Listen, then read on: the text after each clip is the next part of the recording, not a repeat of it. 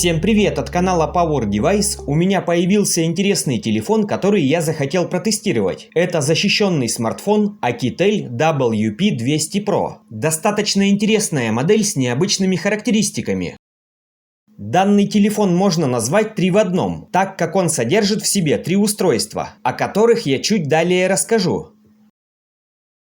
В целом, почему я захотел сделать обзор на этот телефон? Потому что у него есть сочетание защищенного смартфона с достаточно современной начинкой, большим количеством памяти, современным процессором и очень неплохими камерами. Если говорить о его комплектации, то помимо вот этого устройства, к которому мы еще вернемся, в коробке содержится зарядник на 45 Вт. Смартфон поддерживает быструю зарядку с максимальной мощностью 2 ампера и 45 Вт. Также в комплекте идет пластиковый чехол. Честно говоря, не самый практичный чехол, который могли положить Alcatel. В ходе моих испытаний, а я даже плавал с этим телефоном и снимал под водой. Далее вы все это увидите. Вот в этих местах на чехле появились ссадины. И это просто от легкого соприкосновения с песком. Также в комплекте идет вот такой кабель, у которого с двух сторон USB Type-C. Сделано это потому, что телефон имеет функцию пауэрбанка. То есть в любой момент вы можете зарядить от него какой-то другой телефон, либо устройство, имеющее вход USB Type-C. Конечно же, способствует этому батарея на 8800 мАч. Это достаточно большая емкость, которой хватит как самому телефону, так и устройству, к которому будет передаваться заряд. Конечно же, мы сейчас говорим о других смартфонах, небольших Bluetooth-колонках, фитнес-часах и тому подобном. К слову говоря, батарею на этом телефоне мы еще протестируем. Также данный смартфон на своем борту имеет следующую степень защиты: IP68 и IP69K. Он хорошо защищен от попадания воды, пыли и грязи. К тому месту, где я его тестировал под водой, мы еще вернемся. Вообще, взяв этот телефон первый раз в руки, вы понимаете, что у него очень неплохой дизайн. Он не похож на другие защищенные телефоны. Как мне показалось, компания Alcatel при создании этого телефона вдохновилась дизайном смартфонов Apple. Со стороны такой квадратный дизайн напоминает увеличенный iPhone. Задняя поверхность телефона выполнена из качественного пластика. Как только вы касаетесь его рукой, вы понимаете, что это не какой-то тонкий пластик. Это текстурированная толстая задняя поверхность, защищенная от ударов. Рамка телефона изготовлена из алюминия, цветом под бронзу. С правой стороны телефон имеет кнопку выключения, она же кнопка блокировки, и одинарную качельку громкости. Кнопки практически не имеют люфта, сидят очень плотно. Нажатия плотные, чувствительные. Снизу на телефоне находится сим-лоток. К слову говоря, в комплекте здесь нет ключа для сим-лотка, вы просто его подцепляете и вытаскиваете. Как по мне, это даже удобней. В него можно установить 2 нано-сим-карты. Неудивительно, что в сим-лотке нет отдельного слота под карту памяти. Ведь в сам телефон встроен аж 1 терабайт памяти, то есть 1000 гигабайт.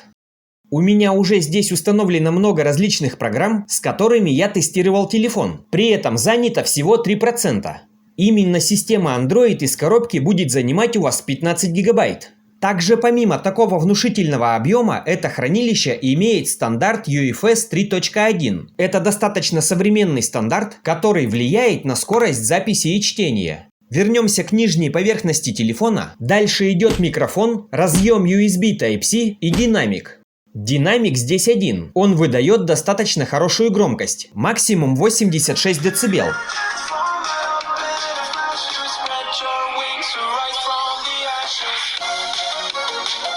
Тихим данный смартфон не назвать. На левой стороне располагается программируемая кнопка. Для того, чтобы ее настроить под себя, идем в настройки, смарт-ключ. Именно здесь на двойное нажатие я установил открытие подводной камеры. Перед тем, как погружать смартфон в воду, нажимаем на нее 2 раза. Откроется подводная камера. Чтобы изменять режимы, нажимаем вниз на качельку громкости. Вот так. Для того, чтобы сделать фото или начать запись, нужно нажать наверх качельки громкости. Я опускаю телефон под воду и начинаю съемку. В этом месте очень много ила, поэтому видимость небольшая. Но все же мне удалось запечатлеть каких-то мальков.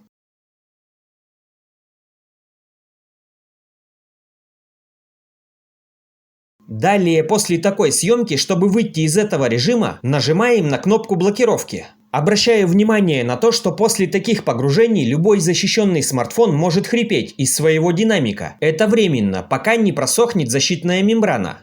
Также это случается нечасто, но вода может попасть вот в этот микрофон, а также в микрофон для шумоподавления, который находится в верхней части. В этом также нет ничего плохого, там все защищено, просто их нужно продуть. Еще на верхней части телефона находятся датчики приближения и освещенности. Зайдем в приложение для проверки датчиков. К слову говоря, на телефоне есть все необходимые датчики, кроме датчика температуры и барометра. Тестируем датчик освещенности.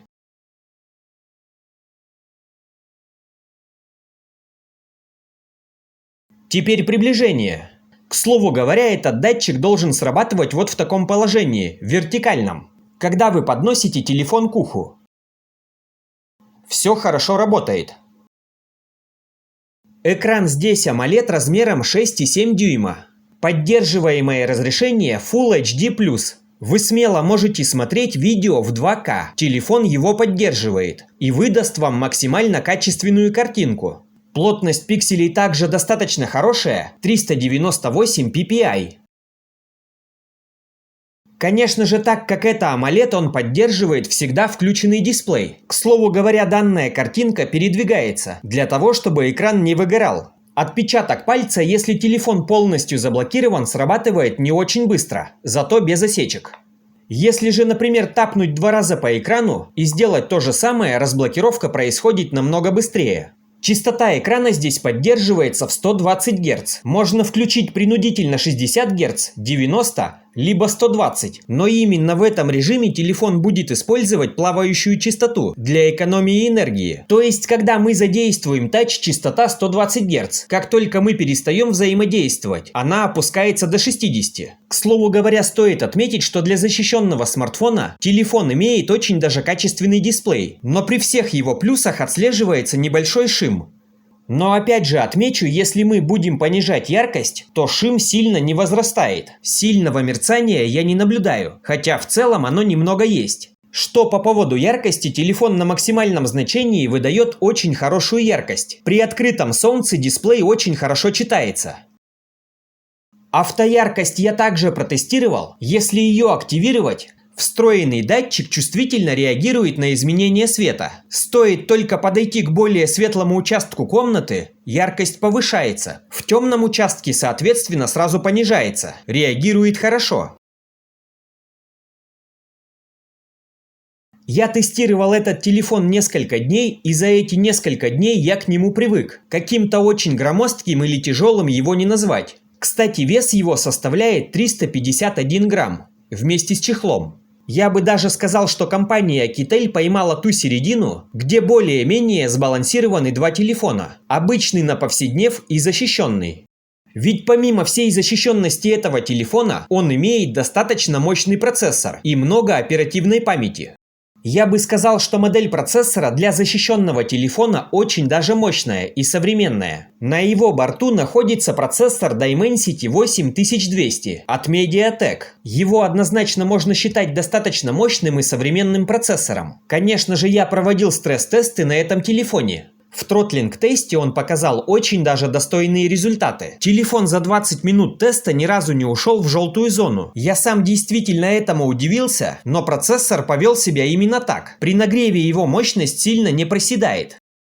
Далее я немного дал отдохнуть телефону и включил тест AnTuTu. Он набрал 907 тысяч. Очень достойный результат. После теста AnTuTu температура телефона поднялась всего на 3 градуса. Батарея села на 4%. При этом тест проводился при максимальной яркости. К слову, отмечу, что такой большой результат в AnTuTu это не только заслуга процессора, но также заслуга оперативной памяти. Посмотрите, производителям заявлено, что здесь 24 гигабайта оперативки, но специальная программа определяет 22,86 гигабайта, то есть практически 23, а максимально данный процессор поддерживает 32 гигабайта. По моему мнению, даже 20 гигабайт оперативки было бы очень много. Этого было бы более чем достаточно. Но производитель решил установить именно так – 24. По факту, как мы выяснили, 23. Конечно же, нельзя упустить тот момент, что оперативка здесь 5-го поколения, то есть LPDDR5, современная память.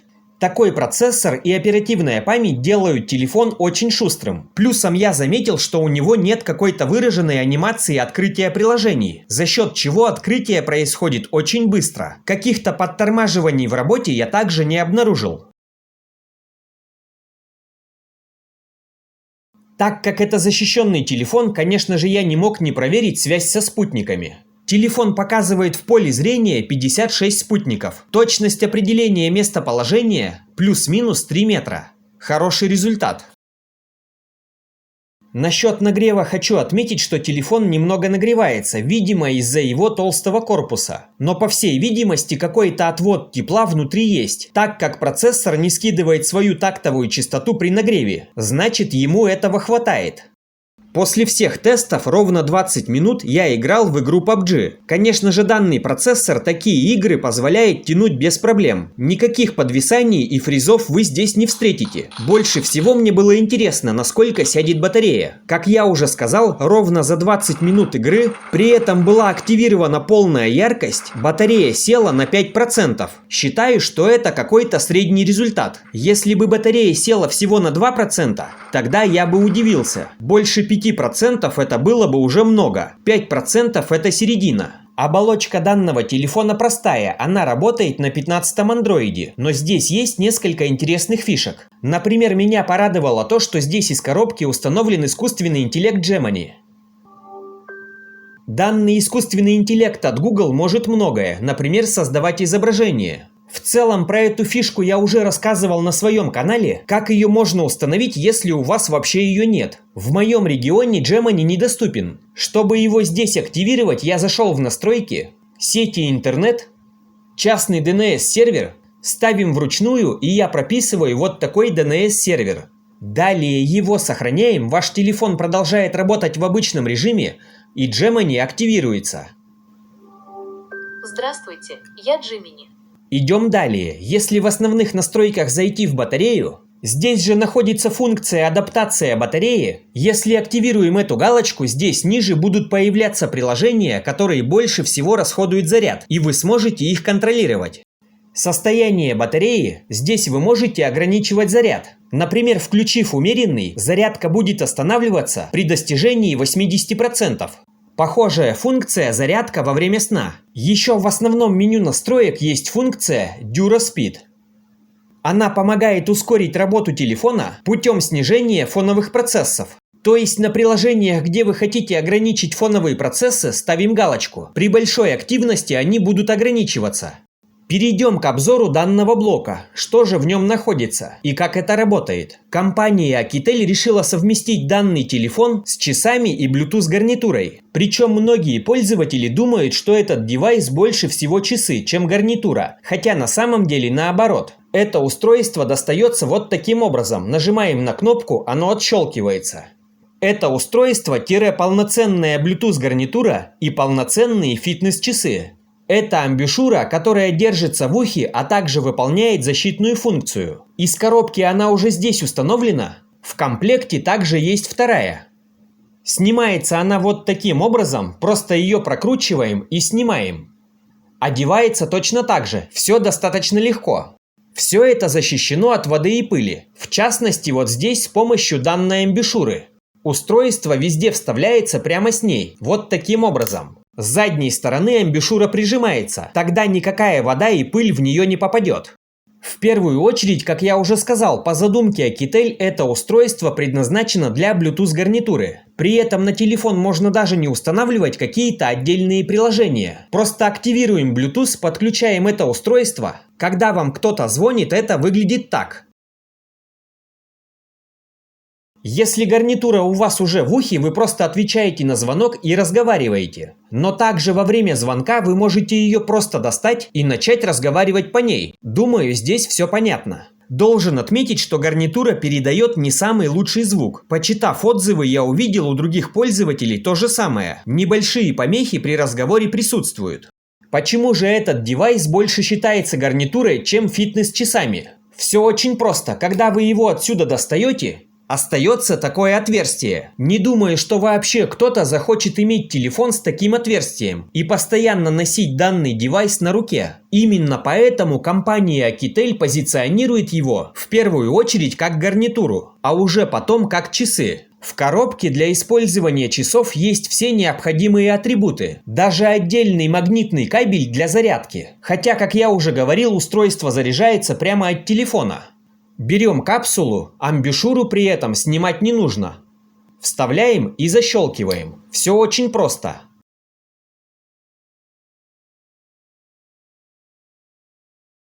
Ремешки вот на таких защелках.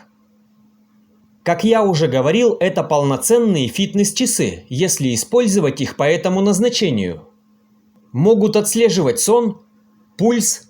К слову говоря, пульс я протестировал, показывают правильно, сравнивал с другими часами. Естественно, можно отвечать на звонки, есть множество спортивных режимов. Поддерживаются уведомления. В общем, как по мне, девайс интересный, полноценные фитнес-часы.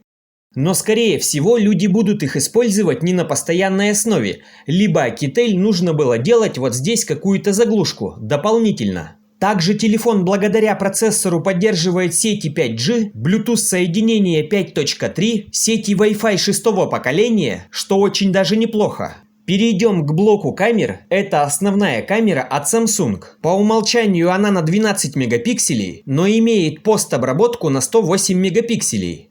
Сейчас вы наблюдаете простую камеру на 12 мегапикселей.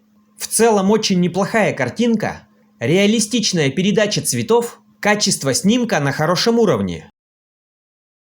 Это фото было выполнено в данном режиме картинка. Переключаемся на 108 мегапикселей. Такая фотография будет весить в 2 раза больше. В целом по передаче цветов нет никакой разницы. Все так же на хорошем уровне. Но если приблизить вот на эту табличку с надписью, будет заметна гораздо большая плотность пикселей. К слову говоря, на приближении такие мелкие буквы остаются читабельны, что очень хорошо.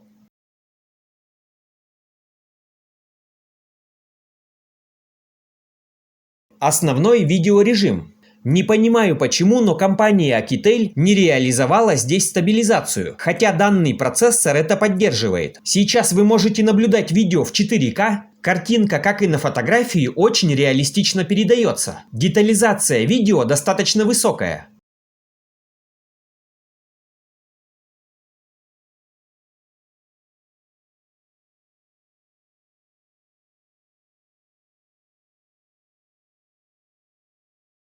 Это цифровой зум в 4К.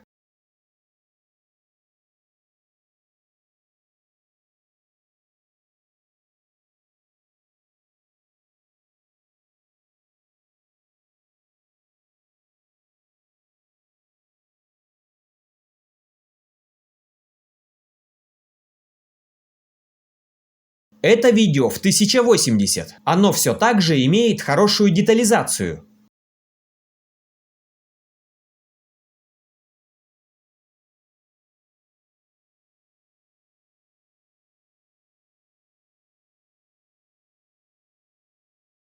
Автофокус срабатывает как нужно, реагирует незамедлительно. Камера здесь очень неплохая, но портит все отсутствие стабилизации. Селфи-камера здесь на 32 мегапикселя от Sony, IMX615. Первый снимок сделан на солнце. Мне данная камера также понравилась. Фото достаточно детализированы. Передача цветов хорошая. Действительно достойная селфи-камера. Селфи-видео также не уступает по качеству, но все портит опять же отсутствие стабилизации.